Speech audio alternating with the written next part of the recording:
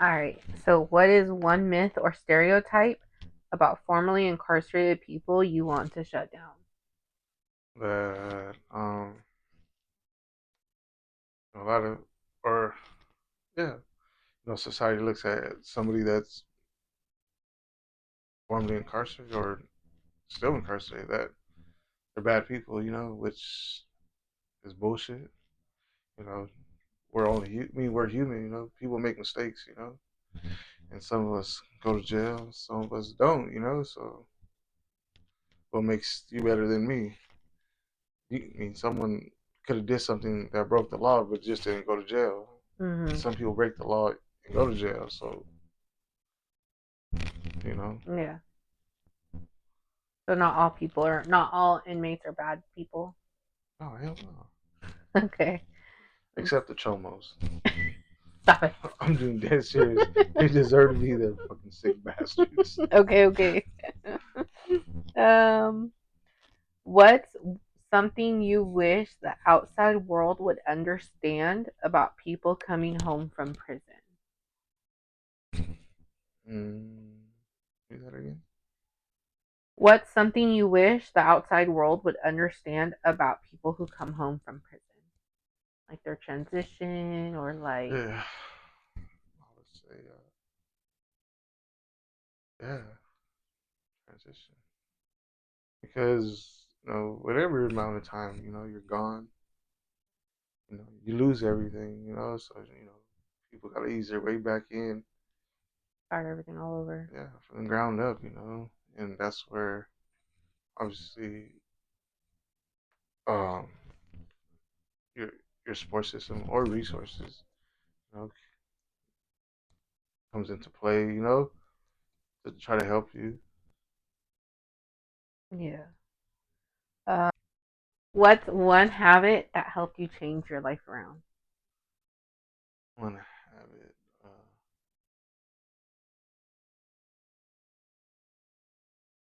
consistency. I was thinking the same thing. Yeah, try to stay consistent, keep myself busy.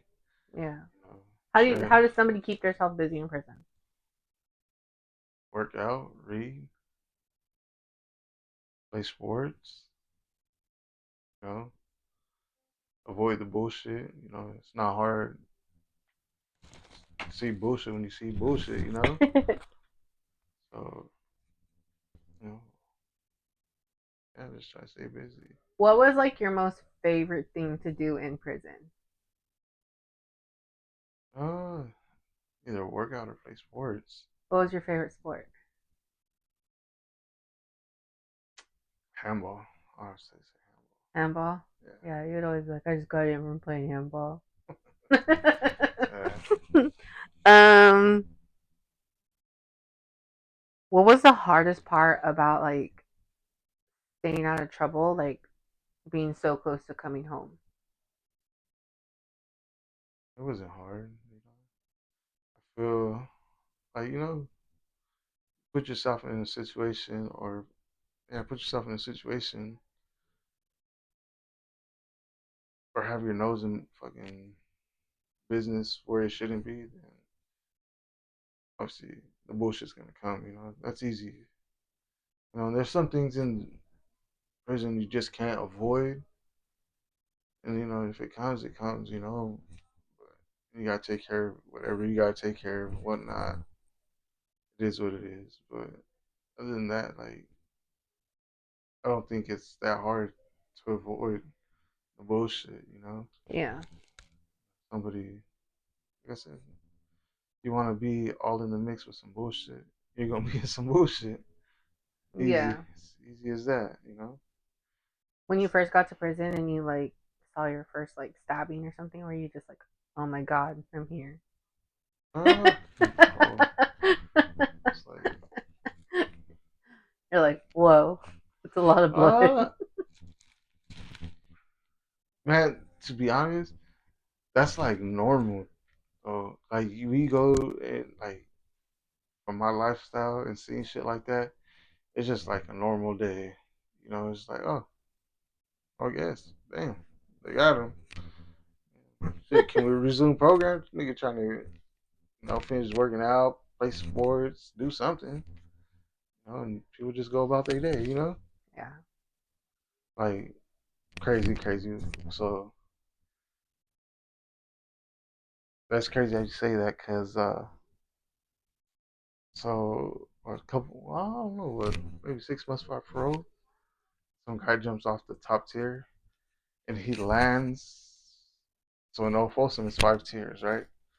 And the dude, he jumps off the fifth tier and he lands right in front of my boy's cell, and probably like 3 or 4 feet in front of the door, and his head's all busted open Ugh. and everything. And he was like, "Yeah, man, I was, the cell doing laundry and shit, and I heard this big old noise." They're like, "Oh, the dude jumped. He's on the ground." He's all went and looked. He said, "Oh, all right," and just went right back to doing laundry like nothing ever happened. Did you You get to know, see it? no, because I was on the other side of the building, but Oh, shit like that, it's just like it's fucked up to say. It's like it becomes normal. comes normal. Yeah, fuck it. It's sad to say, but Did you ever get to do time with like your good friends from back home or like your brothers or anything uh, like that? And did it make it easier for you? so me and I did come across some people, and I did do a little bit of time with my brother. So yeah, of course, because um, sit there and bullshit, like almost felt like we was back on the streets again, hanging out. You just need your beer. So I made some wine. I'll just play. I'm just like, What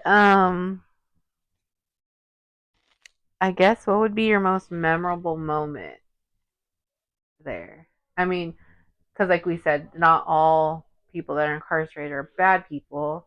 You guys do create your own little community. So, do you have like memorable moments in there that you're like, damn, like that made me feel hella good, or hell yeah. I mean, yeah, like you do build like, you do like, during the time you do meet other people, and you get real close to them.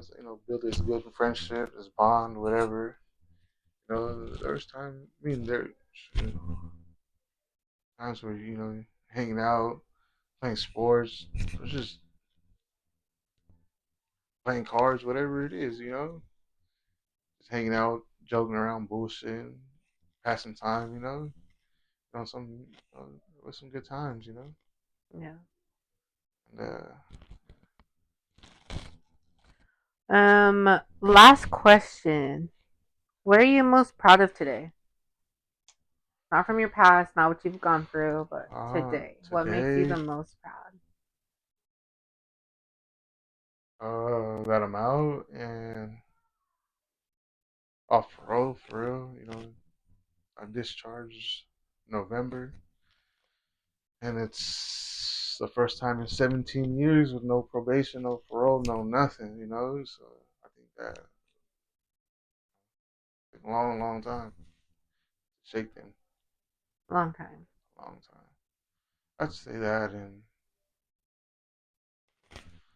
obviously you. Me. hmm I think we both. I mean, obviously accomplished everything we said we were gonna do, and obviously fighting against all odds. Definitely don't want to gatekeep that. So, what have we done since you've gotten home? Um, obviously, what have we done? We had some nice trips, for sure. So We opened a business. I was getting there.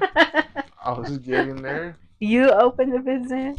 Uh, yeah, we opened a business. What about 6 months ago?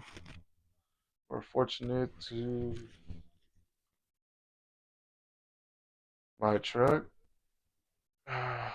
Buy a car. take another car out, and manage everything, and manage well, I mean, obviously our careers and things like that. Yeah. We create a good little community within like our own families. Yeah, We have our friends and our family. yeah, and, yeah. Oh, and obviously, the fertility process, that too. Hmm. But we'll get to more. Everyone will get to see that journey as well when you stick a needle in my stomach 5 million times. Ooh. Make a test tube baby. Um, anything else? Any other advice you want to give somebody who's trying to get put on, who's trying to, or not necessarily going down the right path? Like I said earlier, think twice. It's all fun and games till you put yourself in a situation you can't get out of, I should say. Do you regret anything in the last 17 years that you've been in and out of prison and jail and YA and No, no, I don't. You know, some people might like say something like, "Why not?" But I think it's because it was always, obviously, it's a learning process. And Mhm. obviously, it took me that much to learn, but you know, that low key defines who I am today. Yeah. Sure. Which I'm super proud of you. Everyone's super proud You guys. of you. Any last words?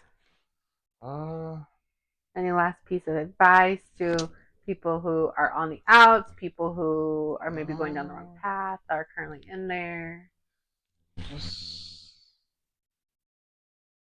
just stay positive and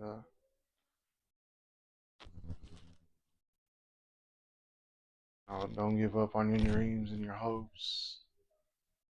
And